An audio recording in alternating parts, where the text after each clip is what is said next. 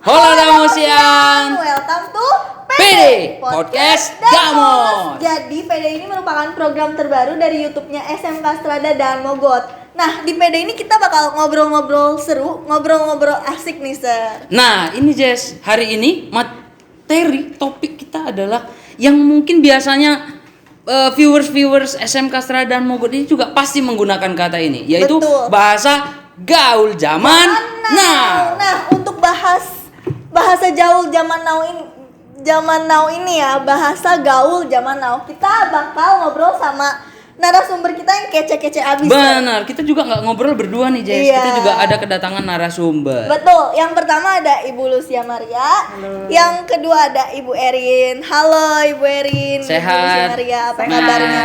Puji Tuhan. Luar biasa.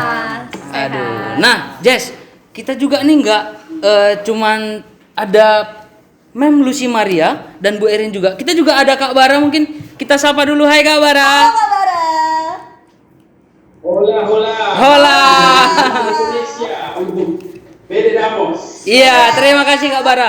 Nah, Kak Bara juga ini ya, teman-teman ya. Kak Bara ini adalah salah satu magister pendidikan di Universitas Negeri Yogyakarta loh. Wow, Wah, keren banget ya, bener. Sir ya. Karya-karya Kak Bara ini hampir banyak banget, bukan hampir lagi ya. Sudah sangat banyak ya Kak Bara Saya ya. pernah dengar satu, Sir. Apa, Jess? Itu tuh ada yang judulnya apa ya? Judulnya tuh saya lupa judulnya.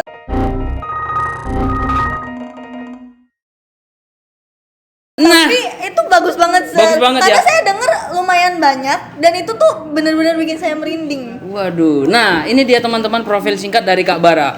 Kak Bara ini adalah seorang penyair asli Indonesia tentu ya Kak Bara ya. Tetap ya KTP Indonesia ya Kak ya. Ya.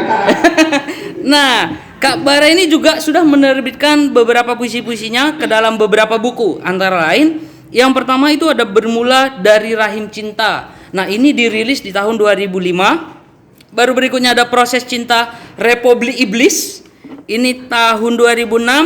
Samudra Cinta Ikan Paus. Ini di 2013. Pacar Gelap Puisi 2016. Nah, ini harus kalian baca nih yang punya pacar gelap nih. Biar tahu berpuisi gitu ya. Untuk pacar-pacar gelap kalian. Nah, baru yang berikutnya ini yang di tahun 2019 ada Aku Adalah Peluru. Nah, Kak Bara ini juga Jess bisa menuliskan biografi. Kak Bara request dong buat biografinya kita. Biar bisa pansos dikit Kak. Astaga. Berarti Kak Bara ini Kami kepala sekolah. Berarti Kak Bara ini udah mulai berkarya ya dari lama, bahkan saya baru belajar jalan Kak Bara ini udah Buat karya hebat Jess. banget ya. Bener, Aduh. puisi-puisinya tuh udah sangat banyak dan dikenal oleh masyarakat Bukan Indonesia. kaleng-kaleng. Bukan kaleng-kaleng Kak Bara nih. Aduh. mantul banget, mantul. Mantul. Antologi puisi 2019 geser dikit halaman hati.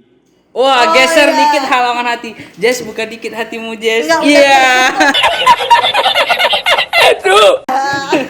Oke, nah langsung aja Jess, kayaknya viewers kita nih udah pada nungguin. Kita mau Iya. bahas, tadi kita bilang kita akan bahas bahasa gaul. gaul zaman now. Now. Sebelum itu kita bakal lihat berita yang satu ini nih tentang bahasa gaul yang emang gaul Gaul, gitu. iya, dan benar. Ini boleh kita lihat dulu berita yang satu ini. Deg-degan. Mbak Devi, apa kabar? Mas Wahyu, apipun kabaret, akika bayem. Ih. Bener kan ada bayem-bayem sekarang. Ini untung saya udah pegang kamusnya loh, kamus gaulnya. Tunggu.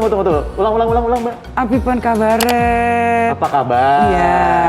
Akika bayem, kawan doa gimana? Bayem. Bayem. Baik. Baik. Bayem berarti. Mbak Devi, ini kan Mbak Devi pernah bikin kamus gaul. Saat itu bahasa slang ini kan sangat dipakai sekali, dimanfaatkan sekali untuk anak-anak muda, anak gaul di Jakarta paling Iya, enggak ya, bahkan iya. di kota-kota besar di Indonesia. Iya. Sekarang muncul lagi ada istilah-istilah slang yang sudah disesuaikan dengan tren saat ini. Ya. 20 hampir 30 tahun. Mbak Devi ngelihatnya bagaimana? Memang bahasa itu, apalagi bahasa pergaulan alternatif Ya. itu berkembang terus. Ada masanya, walaupun masih dipakai, ada yang ditinggalkan juga. Ada masanya sebenarnya. Jadi kayak bahasa preman pada tahun 80-an. 80-an Prokem. Oh, Prokem. Itu kan tren sekali kan. Hampir semuanya juga paham dan memakai itu. Tapi pada akhirnya kesininya udah nggak banyak yang pakai. Cuma yang tersisa dari bahasa preman itu adalah nyokap bokap. Nyokap bokap. Itu yang paling sering masih digunakan sampai sekarang. Nah, sama juga dengan bahasa gaul. Bahasa gaul pada tahun 90-an akhir itu banyak digunakan oleh anak-anak muda. Ya. Gitu. Karena memang kemunculan si bahasa-bahasa alternatif ini kan awalnya selalu dari bahasa rahasia sebetulnya. Bahasa rahasia. Jadi dari satu komunitas. Kalau bahasa preman, prokem itu kan dari preman-preman. Nah, kalau bahasa gaul ini itu awalnya dari kaum transseksual. Akhirnya diambil dipakai alih oleh anak-anak muda. Anak-anak muda saat itu. Yang paling masih kepake sampai sekarang dari kamus edisi Litonga Ketigana, edisi ketiga maksudnya. Edisi Litonga Ketigana, betul. Apa Mbak yang masih kepake sampai sekarang? Sampai sekarang hampir semua kosakata yang ada di dalam buku itu masih terpakai. Seperti contoh yang paling gampang, makan Makassar. Makassar. Lapar berat, lapangan bola. Lapangan bola. Lapangan bola nih udah jam makan siang. Ember. Bola. Ember Itu paling sering. Ember. Sekarang muncul lah Anjay dan kawan-kawannya. Iya. Oke, nih kita udah lihat nih, Mem, Bu Erin dan Kak Bara cuplikan yang tentang mengenai bahasa gaul yang mungkin diangkat menjadi salah satu berita juga topik bahasan di TV nasional gitu ya, Mem ya. Menurut Mem gimana sih, Mem, fenomena bahasa gaul nih, Mem? Ya, Miss Rin. Oke, bahasa gaul itu sendiri memang pasti selalu berkembang ya. Bahkan dari sebelum saya lahir gitu udah ada gitu kan. Dan seiring berjalan waktu bahkan mungkin setiap tahun pasti ada saja bahasa gaul yang baru muncul gitu. Tapi terutama itu dari kalangan anak muda yang memunculkan bahasa-bahasa gaul itu gitu. Jadi memang tidak menutup kemungkinan, dan namanya juga bahasa itu akan selalu ada saja gitu yang muncul gitu, Sir. Berarti ya Bu, ini secara dari sudut pandang bahasa nih, secara bahasa gaul itu nggak salah dong, boleh kita pakai gitu? Ya boleh, tentu saja boleh. Kan bahasa gaul itu merupakan bagian dari bahasa. Intinya bahasa kan adalah alat untuk komunikasi, bukan? Iya. Alat untuk berkomunikasi. Jadi selama ketika kita berkomunikasi itu komunikatif, ya kita bisa menggunakan gaya apapun gitu, termasuk gaya bahasa gaul tadi. Gitu, walaupun misalnya bahasanya itu yang lahir dari yang tadi dicontohkan ya, itu kan lahir tahun 80-an ya, 80-an. Nah, itu walaupun hanya dikenal oleh kalangan tertentu, tapi selama itu komunikatif, bisa dimengerti, ya tentu saja boleh-boleh saja gitu. Intinya sekali bahwa ya karena memang alat untuk komunikasi, ya bahasa apapun ya pasti boleh, termasuk bahasa gaul itu boleh-boleh aja. Oke, berarti teman-teman, bahasa gaul itu boleh dipakai. Tapi yang saya tahu tuh ya Bu, ada anjuran berbahasa Indonesia yang baik dan benar. Gimana nih Bu? Betul. Mana yang harus kita ikutin dan kita pakai? Berbahasa yang baik dan benar, terutama ya himbauan dari pemerintah ya, bahasa Indonesia lah yang baik dan benar. Gimana Miss Rin? Ya betul banget itu Jess. Jadi memang meskipun ada bahasa gaul nih, kita sebagai rakyat Indonesia, bahasa pemersatu kita kan bahasa Indonesia.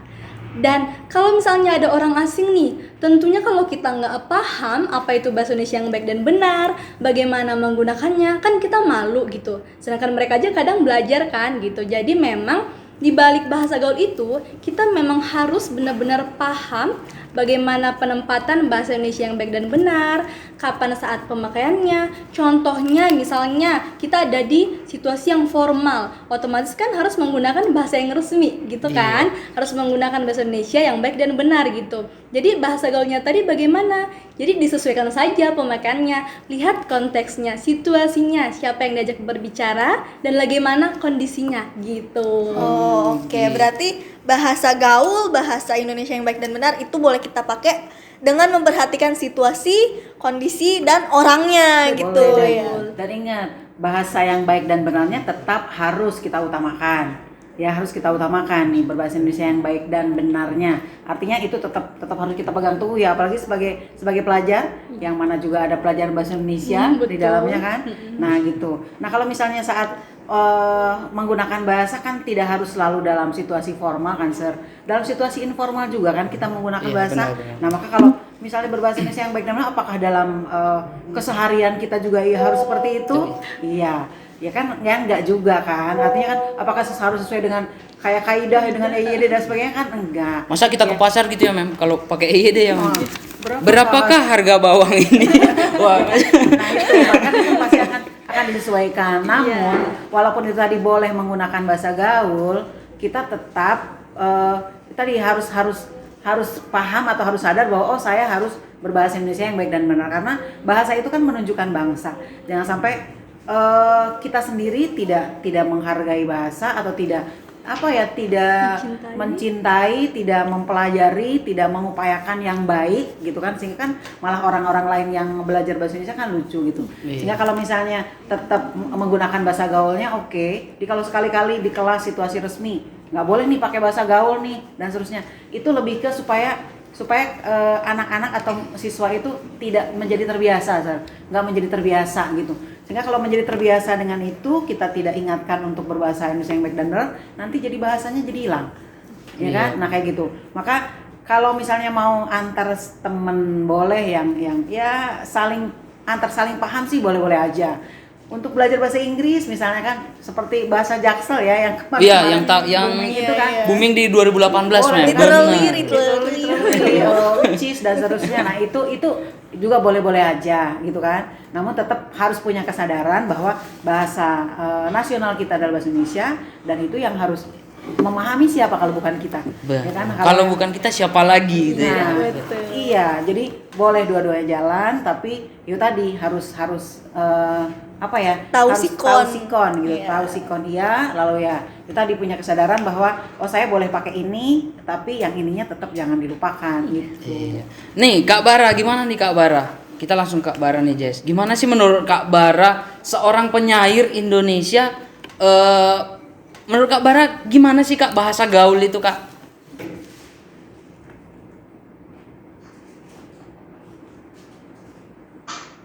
Halo, Kak. Ya Kak, Iya. silahkan. Menurut Kak Bara gimana sih Kak fenomena bahasa gaul?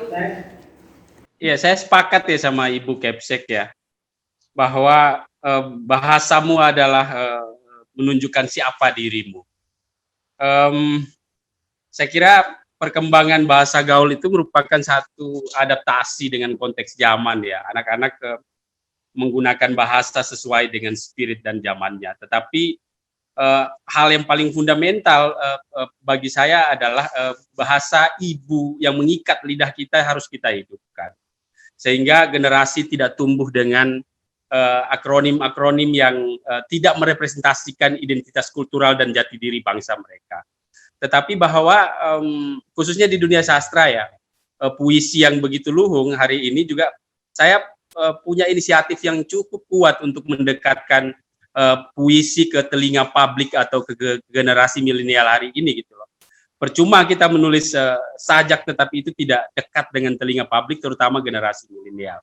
Sehingga secara praktis memang kita sebagai penggiat bahasa harus masuk ke dunia generasi zaman milenial hari ini, menyerap diksi mereka, memahami konteksnya dan menjadikan itu sebagai bagian yang tidak terhindarkan, karena itu adalah tuntutan zaman ya. Khairil Anwar mungkin tidak mengenal kata-kata atau diksi-diksi seperti hari ini gitu loh. Kalau seandainya Khairil hidup zaman sekarang, mungkin diksi hari ini yang seksi dan lebih praktis digunakan bisa menjadi bagian yang elementer di dalam puisi-puisinya. Luar biasa Kak Bara. Nah ini kita kembali lagi nih ke Mem Lucy, ataupun nanti mungkin Bu Erin bisa menambahkan. Gimana sih Bu sebenarnya kita itu sebagai pelajar ya Jess ya? Iya. Menggunakan bahasa itu gimana sih Bu kita sebagai pelajar ini gitu? Ya, Mas Rin? Ya, boleh. Oke, jadi kalau untuk pelajar nih khususnya ya, apalagi kita ada pelajaran bahasa Indonesia, kan selalu dituntut juga, apalagi kalau di kelas gitu ya, lagi pelajaran dan khususnya presentasi. pasti yang dituntutnya itu menggunakan bahasa Indonesia yang baik dan benar. Jangan sampai bilang kata aku, lo, gue dan lain sebagainya, itu kan hal yang paling dilarang. Nah, tujuannya itu apa gitu kan? Jadi tujuannya itu agar kalian tuh terbiasa. Jadi tetap bahasa Indonesia itu sebagai jati diri kita gitu. Jadi tidak dilupakan. Seperti tadi memang diperbolehkan menggunakan bahasa gaul. Namun kalau untuk yang sebagai pelajar gitu, konteksnya kalau di pembelajaran kan pasti mengutamakan yang formal gitu, bahasa Indonesia yang baik dan juga yang benar kayak gitu. Begitu dari saya.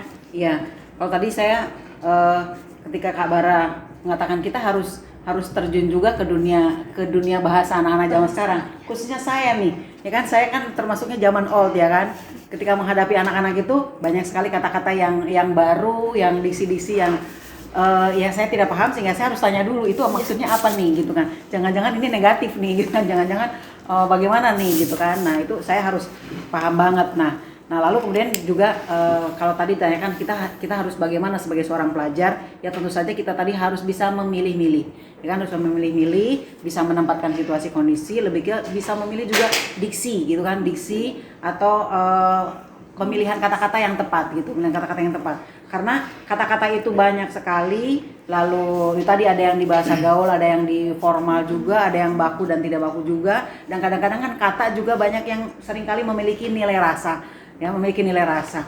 Kalau itu di puisi pasti nilai rasanya lebih indah. Cuman kan kadang-kadang ada kata-kata yang dia itu misalnya aslinya adalah kata makian misalnya. Aslinya katanya makian. Gitu, karena sering kali dipakai makian itu, lalu dia terbiasa akhirnya di mana-mana dia memaki menggunakan kata-kata binatang misalnya kan. Nah, seperti itu. Nah, kalau misalnya itu di lingkungan dianya sendiri sih oke, mungkin bisa berterima ya. Tapi kan kata-kata itu kalau misalnya di lingkungan yang lain belum tentu bisa berterima. Bahkan satu kata itu karena dia memiliki konotasi atau nilai rasa negatif, bisa jadi menyakiti orang lain kan. Karena dia memiliki nilai rasa negatif kan, menyakiti dalam arti merendahkan lah atau membuli lah ya, gitu kan. Dan kita harus hati-hati kan dengan ini kan. Gitu, jangan sampai kita pilih menggunakan kata, lalu kata itu ternyata bisa menyakiti orang lain, dan menyakiti orang lain salah juga kan, bisa diperkarakan juga benar. Gitu, jadi berarti hati-hati dengan perkataanmu gitu, hati-hati gitu ya. Iya, karena ada yang disebut kekerasan verbal kan. Nah, kekerasan berarti verbal. sakit itu nggak hanya luka fisik gitu ya, maksudnya sakit luka berdarah gitu, tapi ada sakit yang nggak, kalau zaman anak sekarang sih bilangnya sakit tapi nggak berdarah. Aduh, itu ya Mem ya. Nah, itu sakit tapi nggak berdarah. Contohnya aku mau putus, itu kan bikin sakit Aduh, juga ya. nyesek banget ya Jess. Aduh. Kalau itu memang maknanya sudah begitu. iya. Sakit hati ya pasti. Oh iya. Kalau diputusin pasti sakit hati kan.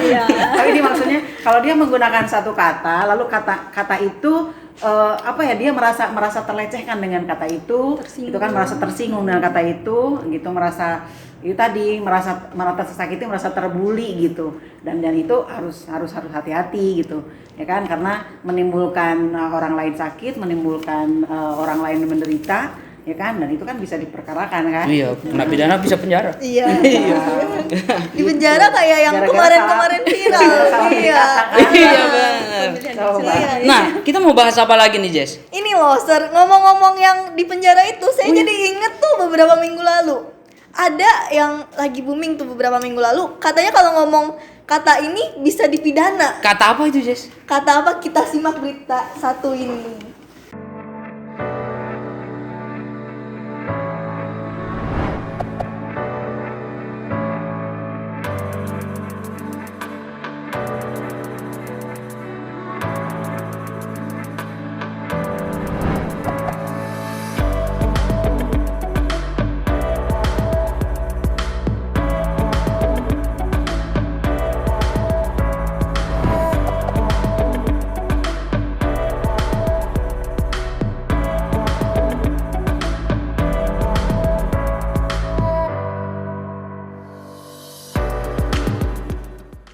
Gimana nih Kak, pendapat Kakak ngomong kata ini aja bisa dipenjara gitu? Pendapat Kakak gimana nih? Saya kira begini ya, saya coba ke secara filosofis dulu ya, sebelum kita berbicara ke ranah konstitusional kayak gitu ya. Pada dasarnya memang bahasa akan membentuk logika para peserta didik ya. Jadi memang dasar logika stakeholder di dunia pendidikan itu dikonstruksi pertama kali oleh bagaimana dia berbahasa. Karena disitulah medan logika anak-anak dibentuk gitu loh. Nah terus kemudian merespon video tadi ya, bagaimana ada punishment yang hukuman yang keras sekali ketika orang menggunakan diksi yang dianggap secara moral tidak berkesesuaian dengan kultur kita. Saya rasa itu juga menjadi satu bagian edukatif ya terhadap generasi hari ini.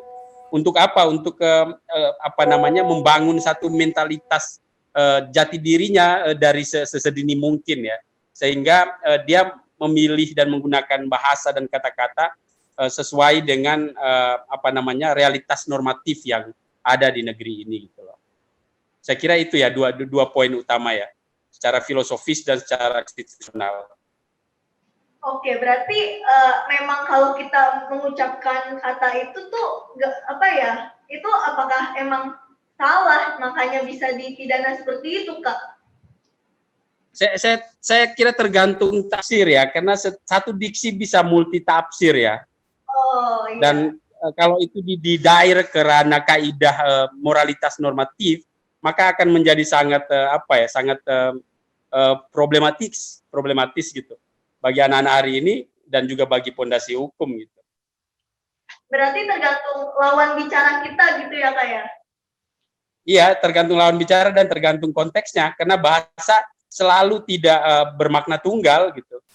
Satu kata bisa memiliki makna yang berbeda-beda. Berarti kata yang beritanya tadi yang kita lihat viral, sampai-sampai jika ada seseorang yang mengucapkan itu bisa pidana, berarti multitafsir dong Kak ya?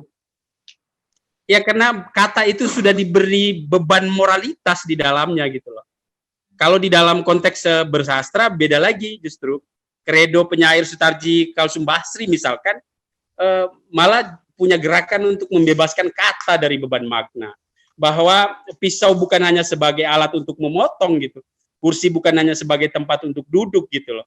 Tetapi dia memiliki makna yang kompleks dan multitafsir gitu. Dengan begitu orang bisa berimajinasi untuk melahirkan karya. Ketika penyair terpasung pada makna hanya berdasarkan kamus, maka disitulah letak kematian imajinasi. Gitu. Nah, problem kita di ranah konstitusional adalah kata tadi itu sudah diberi beban moralitas di dalamnya. Sehingga itu ketika dipakai dianggap melanggar kaidah konstitusi ataupun sopan santun sosial. Gitu. Nah, padahal ya Kak, anak-anak milenial sekarang tuh menggunakan kata itu padahal untuk mengungkapkan perasaan kagumnya loh Kak. Benar.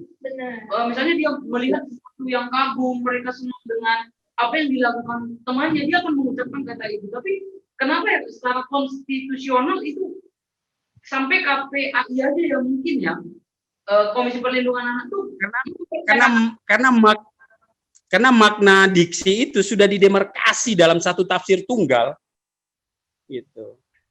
Nah, sekarang Kak Bara nih Kak, untuk kita nih, kaula-kaula muda nih, kaum-kaum milenial ini untuk mengungkapkan suatu perasaan kegaguman kita itu tanpa adanya kontradiktif di situ Kak. Caranya menurut Kak Bara gimana sih? Sebagai seorang penyair, penulis puisi, pasti kan kata-katanya nih indah gitu ya, tanpa menimbulkan.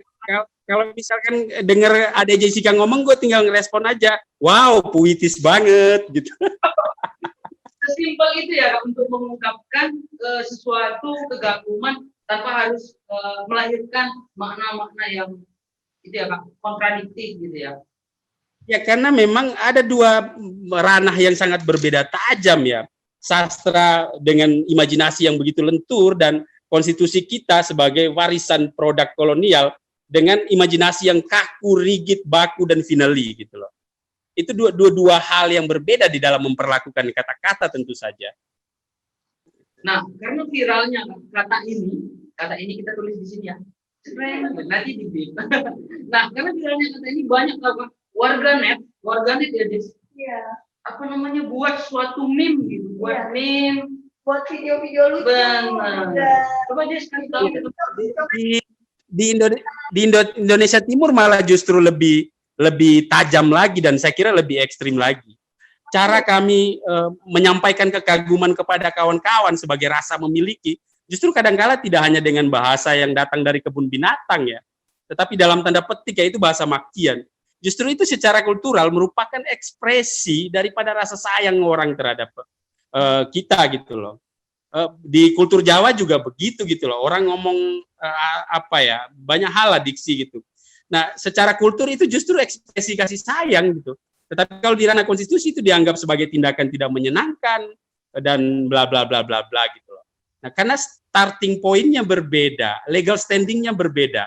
Yang satu berpikir menggunakan paradigma hukum yang sifatnya rigid, sementara hukum itu sendiri tidak masuk ke jantung kebudayaan Nusantara gitu.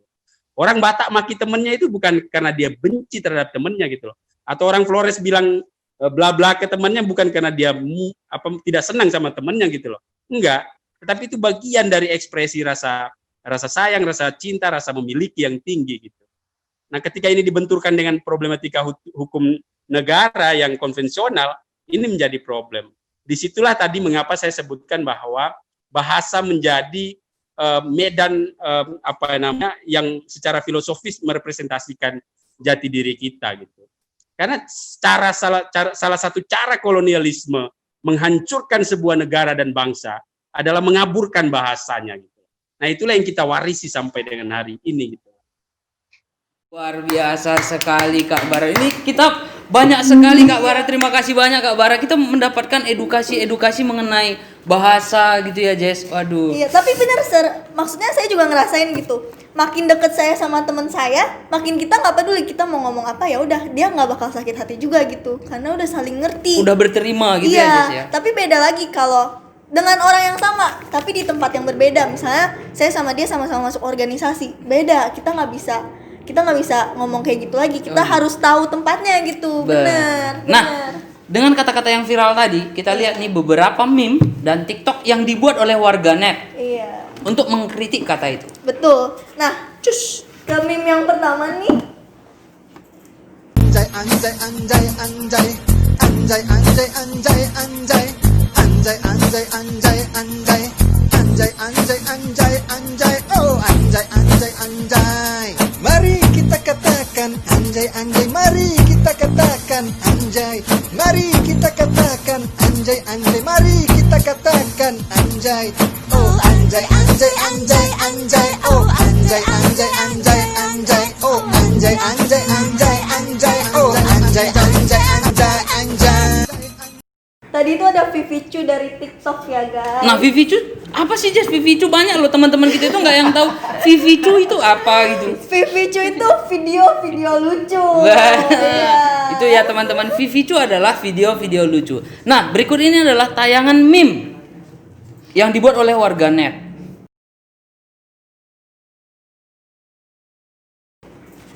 Nah, meme-nya ini adalah pertanyaan, dia ada dua orang yang berada di balik jeruji besi. Temannya bertanya ke dia, "Cuy, lu masuk penjara kenapa?" "Gua sih masuk penjara karena tekan tombol live." "Kalau lu kenapa?" "Kalau gua sih karena ngomong kata." Iya, itu dia meme dan Vivicu yang sempat beredar beberapa minggu yang lalu ya. Nah, Benar. jadi Sangat berisi banget ya Jess. Podcast kita hari ini membahas mengenai bahasa gaul dengan Kak Bara, ada Mem Lucy Maria, ada Bu Erin juga. Mungkin untuk closing podcast episode 1 nih ya Jess. Iya. Mungkin nanti kedepannya Kak Bara kalau kita undang lagi untuk membahas mengenai bahasa-bahasa yang viral, bisa kali ya Kak ya. Siap. Intinya kalau mengucapkan kata anjay kita nggak di penjara dan dibui aja sih. Bener. Nih Mem, untuk menutup podcast kita hari ini Mem, bisa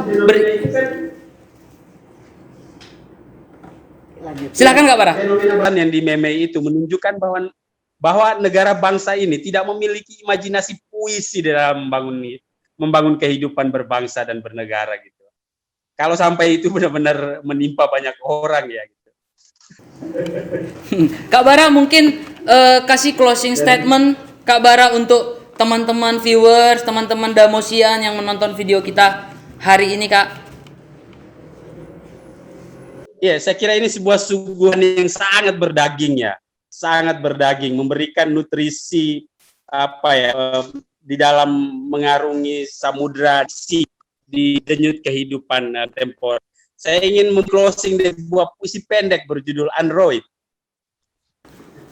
Ditunggu karya-karyanya Kak Bara. Wah, sepertinya kita udah sangat menantikan karya-karyanya Kak Bara nih. Oh iya, Sir. Ini puisi yang saya dengar kemarin. Apa namanya? Android judulnya. Android. Nanti mungkin Kak Bara di akhir podcast kita kasih link untuk ke puisinya Kak Bara ya, Kak Bara ya. Boleh ya? Siap. Iya, biar nanti kita juga nggak kena copyright, Kak. Jadi kita akan tautkan linknya Kak Bara di podcastnya kita. Thank you. Ya, mungkin Mem bisa memberikan sesuatu pesan untuk para Damosian ataupun para viewers YouTube SMK, Mem. Iya, Sir. Dari yang disampaikan Kak Bara tadi itu luar biasa. Ya kan, Kak Bara juga kan kelihatan. Artinya kan ketika dia berbicara, dia menggunakan banyak istilah-istilah atau bahasa yang menunjukkan dia itu siapa.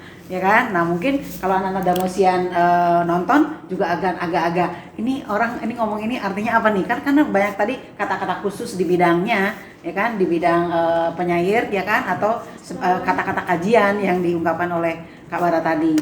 Nah, kalau pesan saya sih untuk kita tetap memperluas wawasan gitu, jangan terlalu wawasannya sempit gitu, karena bahasa itu tadi bahwa bisa memiliki multitafsir tadi. Bahasa itu multitafsir, bisa untuk apa saja dan bisa digunakan untuk imajinasi apa saja gitu. Namun yaitu tetap punya juga pemahaman bahwa kalau ini adalah untuk bahasa yang digunakan di mana, di puisi kah, ini untuk bahasa resmi kah, formal kah, atau misalnya yang satu lagi untuk bahasa di lingkungan temennya kah. Nah, itu kita harus bisa memilah itu gitu ya. Jadi tetap belajar dalam arti cari atau dengarkan atau perbanyak juga membaca supaya pemahamannya itu menjadi luas, khususnya tentang penggunaan bahasa. Itu tidak hanya memikirkannya bahwa saya senangnya pakai ini lalu saya tergantung atau terserah suka-suka saya deh gitu. Padahal kan sebenarnya kita harus memikirkan juga banyak hal gitu. Ya kalau soal kebahasaannya tetap utamakanlah bahasa Indonesia, tetap lestarikanlah bahasa daerah dan tetap kuasailah bahasa asing. Wah, super sekali, Jess. Beren mungkin. Oke, kalau dari saya sendiri, pesannya itu untuk dalam pemakaian bahasa ini, yang pertama itu adalah pemilihan diksi ataupun kata, itu adalah hal yang sangat penting. Lalu yang kedua itu gunakan rasa.